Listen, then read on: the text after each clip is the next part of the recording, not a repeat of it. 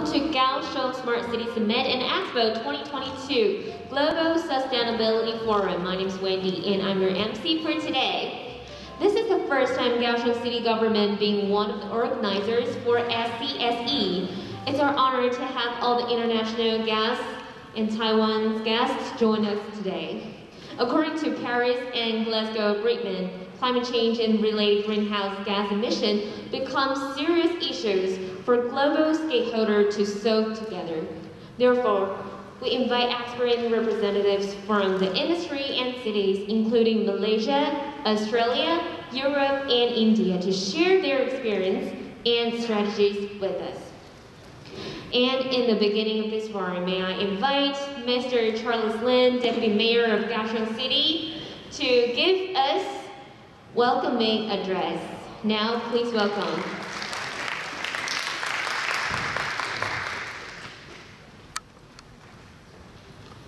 Well, ladies and gentlemen, all of the guests on the floor or from online, I welcome you to join this forum because this is a quite important issue, and also it now becomes a very focused issue for the global, any nation, any regions. So we call this Global Sustainability Forums, focus on the net zero transformations. It is so pleased that as a host city to take in this kind of a forum, I, on behalf of the mayor, to thank you for your coming. Especially those speakers, they were from Taiwan,茂迪, and some guests will be from Malaysia, as well as the Brisbane, and even the EBRD, some programs. They the CEO of the EBRD Green City program, he will also join us to share their presentations. And finally, we also have Indian friends. They were giving us some ideas on their issues on what the net zero transformation is going. So again, I open my arms, welcome you, and I pronounce that the forum is start right now. Thank you very much. Thank you. So please remain on stage, and now we would like to welcome Deputy Mayor for delivering your presentation for us for about today's topic, green energy and sustainability. Thank you. Since I'm the Deputy Mayor of the Kaohsiung City, so I'm so nice to have the organizer to give me the privilege as the first one to present you what the city of Kaohsiung is doing. So ladies and gentlemen, in the next sessions, I would like to share some of the sustainable practices which Kaohsiung as an industry city has been putting efforts to take the energy transformation issues in recent years. Well, as we know, the net zero emission by 2050 is not only the goal for global, but also for Taiwan. Let me say again, it's not only for the global target, but also Taiwan is following up the net zero emissions. Taiwan Minister of the Economy Affairs had proposed the 2050 net zero low carbon policies. It mainly focused on 4 major transformation policies, including energy, industrial, and life, as well as the social sectors. And 2 governance foundations, they will be including the technology developments and climate law. So Taiwan also set up the goal of the energy transitions by 2025. By electricity generation from renewable energy, we reach up to the 20%. That will be pronounced by the presidents. And there will be total installed distributed PV capacity will reach to the 20 gigawatt. So aligned with the central government policies, Kaohsiung City also provocatively proposed our own green energy policies and focus on 3 main tasks. As you know, there will be the energy generations, energy conservation, and energy storage. And we will break it into 6 sectors. That will be my presentation will show you The sector will be including such as the energy, manufacturing, housing, transportations, agriculture, and environment. So as the slide showed, that it's not only the central government pronounce the policies, even the local government, Kaohsiung is following up. As mentioned before, we are focusing on net zero transformation in 6 sectors. There will be, first sector is energy. We have the 6 years, we're gonna reach up 1.25 gigawatt PV project with fishery and electricity symbiosis for 2001 megawatts of energy capacity. So it's yearly to get it up. So this is our target. And again, we also focus on the manufacturers. We have plants that combine heat and power to lower the dependency on coal usage by 2030. And then we also go into the housing. We have the Kaohsiung Housing Project 3.0 policies with the green buildings that are water saving, electricity saving, and promote smart energy savings. Major modules, campus EMS systems, and smart meters as well as. Transportation also is the major focus that we encourage the people to take the metro, as well as we also promote the co-sharing transportation. So I will skip up the more detail to let you know what the 6 sectors is going on. So now we're going to the carbon reduction policy right now. Kaohsiung joined the Power Past Coal Alliance in 2020. Okay, next, please. We joined the Past Coal Alliance in 2020. After Mayor Chen took office, he actively coordinated factors to reduce coal consumption. In addition to continuing the existing coal reduction policies, he also expanded the coal reductions by 1.36 million tons. The Xingda power plant is expected to decommission in years of 2026, while the steam electricity cogeneration plant within the jurisdictions of the Kaohsiung City will gradually decode up to the 3.87 million tons. Well, Kaohsiung City promotes a variety of green transportation also. Taking the slide, you can see Kaohsiung City promotes such kind of a green transportation as a priority for the city developments. We're creating a low carbon transportation environment, though through building the metro, so that we will have the 4 lines right now ongoing. They will include the yellow line, and also we extended the existing red line to put the transportation, making most of the people easy to accessible to the public transportations. In addition to that, it's not only the public transportation or the public vehicle. We also taking care of the last mile or the first mile. So we are promoting with the PPTP program the vehicle such as the U-bike and electrical scooters and bus subsidies, with the goal of the electrifications. The total carbon reduction of the green transportation in years of 2021 will be the 2,500 tons. The number of the U-bike station, as you see, the first one on the page, the number of the U-bike station right now is reached to the 1,060 in February. And this year's, we also have the 1 million people renting each month. 1 million people use it. And the curriculum numbers has exceeded 50 million. 1,500万个人次. So Kaohsiung also actively promote the electricity scooters. There will be the replacement subsidy programs. By those kind of measurement, the numbers of the electrical scooters listed exceeded to the 7,400, which is the 4th in the country. And there are more than 3,600 shared electricity scooters in Kaohsiung. It's a kind of a co-sharing pattern. you should be with the APP platform, become members, and you can use the car sharing. The number of the electricity buses exceeds to the 220, accounting for 21% of the total bus. That means 21% of the bus in this city is totally electricalized.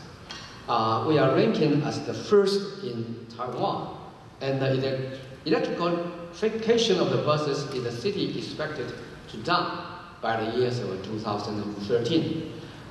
2030, there will be 1,000 buses were totally equipped with electricity. So this is the way we are putting the transportation. We focus on that in order to make the reduction of the carbon dioxide. So let me get to the next sector. There will be Kaohsiung City also implement the policies in alignment with the SDG 12.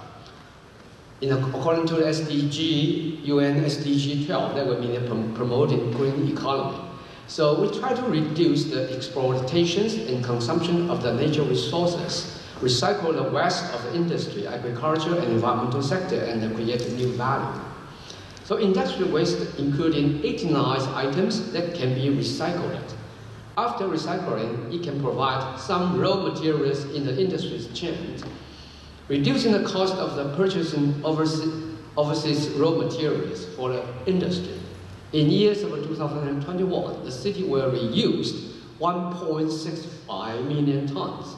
Compared with 1 million tons in the years of 2020, it's just achieved an increase of the 65%.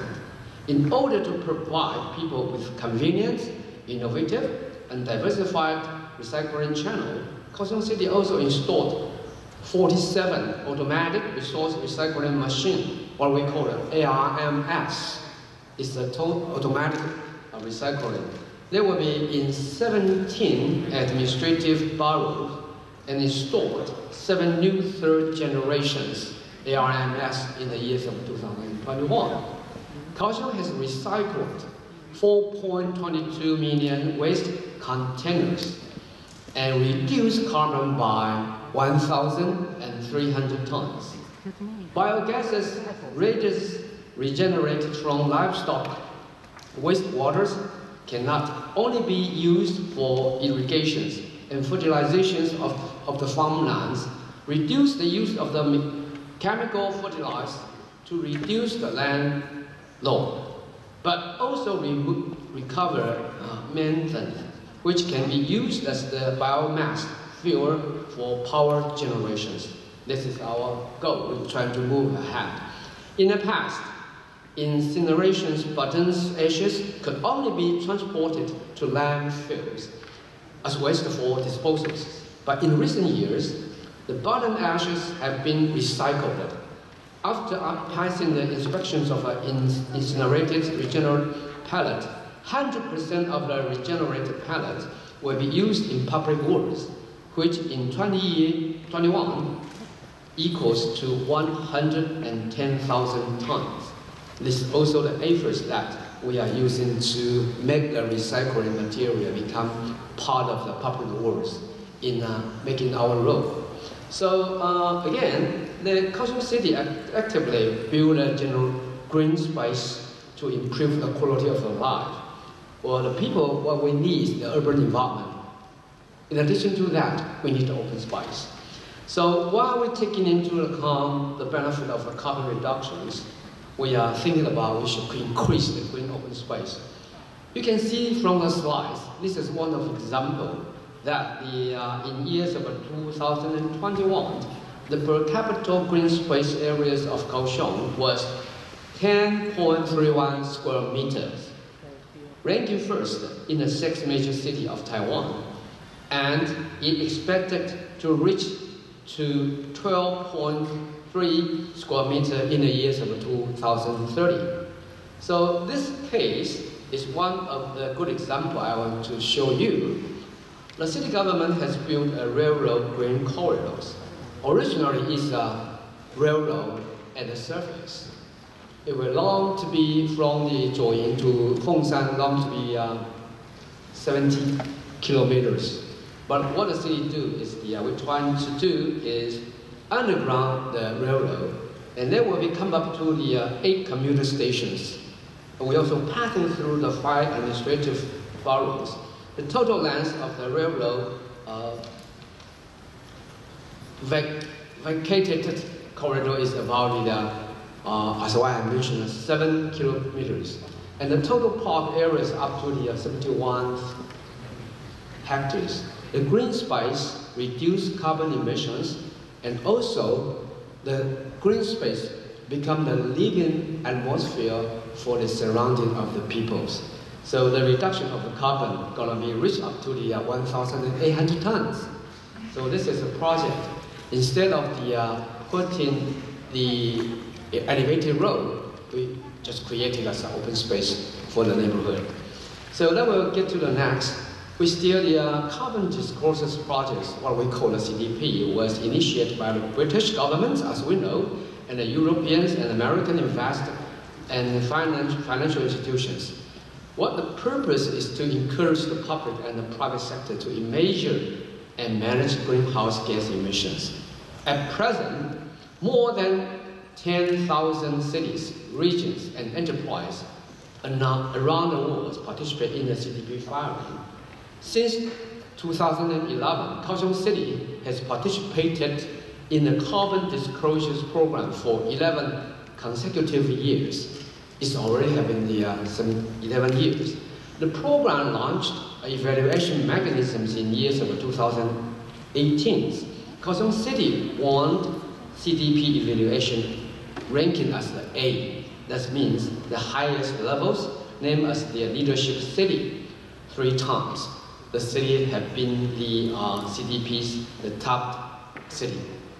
And in years of 2021, more than 1,100 cities around the world will participate in this project, and only 9 to 8% of the city will be awarded the A level. But we have to get the award 3 times. And showing that Kaohsiung achievements in carbon reductions and adaptations are highly recognized, internationalized. So finally, I want to say instead of in addition to that, we also have the volunteer city review report. As a city of heavy industry, Kaohsiung it is, and Kaohsiung it was. Kaohsiung City should strengthen environmental protections, fulfill its common responsibility for protecting the earth, and implement the United Nations Sustainable Development Goals, as we know SDGs, through practical actions, while driving the prosperity of the industry economy in order to align with the International Sustainable Development Goals. Kaohsiung City will write its first volunteer city review report in years of 2021 with Kaohsiung knowledge plus adjustment plus organizations as the core, integrate the concept of sustainable development into the city. In the work of the transformations, 5 major aspects, namely, fight for the economy, employment, care for education, good life, and real peace of mind are linked to the Sustainable Development Goals. And 144 detailed indicators have been set at the same time through the VLR. VLR ensure the sustainable development of the city, various policies, and be in line with the whole world. So what is the roadmap to carbon naturalities in Kaohsiung City? Maybe I want to say that the greenhouse gas emissions in Kaohsiung City is the 53.31 million tons of carbon dioxide in the years of 2020, which is 19.4% lower than the base years of the greenhouse emission. The green lines, the baseline is 2005. So we are so proud of that. We can exceed the year's target of the central government. The central government asked the local government, there will be the 2% to 10% of the target, but we reach up to the more than 20%. So it is a great deal of effort that the city is doing this kind of a way. So Kaohsiung City government already planted to implement the measurements, including the greenhouse emission reductions, industrial transformation, and decourt policies. So to upgrade the decourt target from 20% to 30%. I think it's very hard for each city in the world.